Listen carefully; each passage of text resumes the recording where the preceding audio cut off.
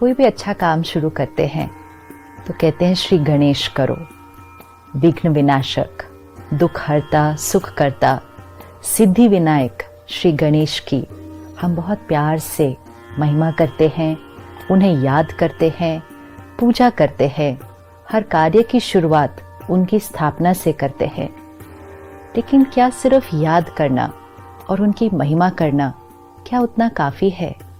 क्यों ना उनसे प्रेरणा लें, उनकी विशेषताएं, उनकी शक्तियां अपने जीवन में धारण करें और सिर्फ श्री गणेश जी की महिमा न करें, खुद ही श्री गणेश जैसे बन जाए। श्री गणेश जी की जो जन्म की कहानी है वो हमें बहुत कुछ सिखाती है। कहते हैं शंकर जी तपस्या के लिए बहुत दूर पहाड़ों में गए थे, तो पार्वती जी ने अपने शरीर की मिट्टी निकालकर एक बच्चे का निर्माण किया।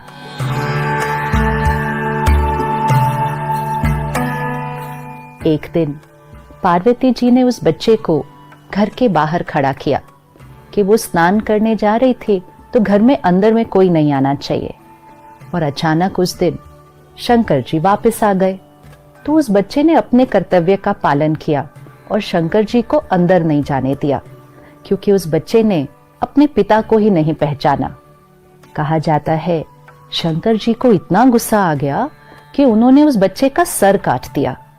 और पार्वती जी उतनी देर में बाहर आई तो उन्हें पता चला कि शंकर जी ने उनके बच्चे का सर काट दिया। फिर शंकर जी ने कहा, अच्छा, अगला जो अब यहां से जाएगा मैं उसका सर इस बच्चे को दे दूंगा। हम ये कहानी बहुत समय से सुनते आए हैं, लेकिन हमने कभी भी इस पर विचार ही नहीं किया कि ये हमें क्या सिखा रही है। तो अगला जो वहां से गुजरा वो एक हाथी था, तो शंकर जी ने हाथी के सर को काटा और उस बच्चे पर लगा दिया और उस बच्चे को नाम दिया गणेश। ये कहानी क्या सिखा रही है हमें कि बच्चा अपने पिता को नहीं पहचानता, और शंकर जी देवता 10 साल की तपस्या बाद आए थे और इतना गुस्सा आ गया कि बच्चे का सर काट दिया। आज आप और मैं भी अगर 10 मिनट भी मेडिटेशन कर ले तो इतने शीतल और शांत हो जाते हैं कि ऊंची आवाज में नहीं बोल पाते हैं। और देवता 10 साल की तपस्या बाद एक बच्चे के ऊपर इतना गुस्सा आया, और बात भी कितनी थी, अपने ही तो कर्तव्य का पालन कर रहा था, सर काट दिया। ये कभी नहीं कहते कि शंकर जी ने उस बच्चे की हत्या की, नहीं कहते, सिर्फ कहते हैं उसका सर काटा। दो बातों में बहुत फर्क है। वैसे तो अगर बच्चे का सर काट दो या किसी का भी सर काट दो तो उसी समय उसकी हत्या हो जाएगी, लेकिन उसको हत्या नहीं कहते, कहते सर काटा और किसी और का सर लगा दिया। परमात्मा जब इस सृष्टि पर आते हैं तो हम अपने अहंकारवश परमात्मा को पहचान नहीं पाते हैं। बॉडी कॉन्शियसनेस, क्यों ये कहा जा रहा है कि पार्वती जी ने अपनी मिट्टी से बच्चे का निर्माण किया? क्या किसी देवी के शरीर में इतनी मिट्टी हो सकती है? क्या हमारे शरीर में इतनी मिट्टी है कि हम एक बच्चे का निर्माण करें? तो मिट्टी से बच्चे का निर्माण किया मतलब ये शरीर मिट्टी का है। दिस इज मिट्टी, दिस इज बॉडी कॉन्शियसनेस। और इस बॉडी कॉन्शियसनेस की वजह से हम परमात्मा को पहचान नहीं पाते हैं।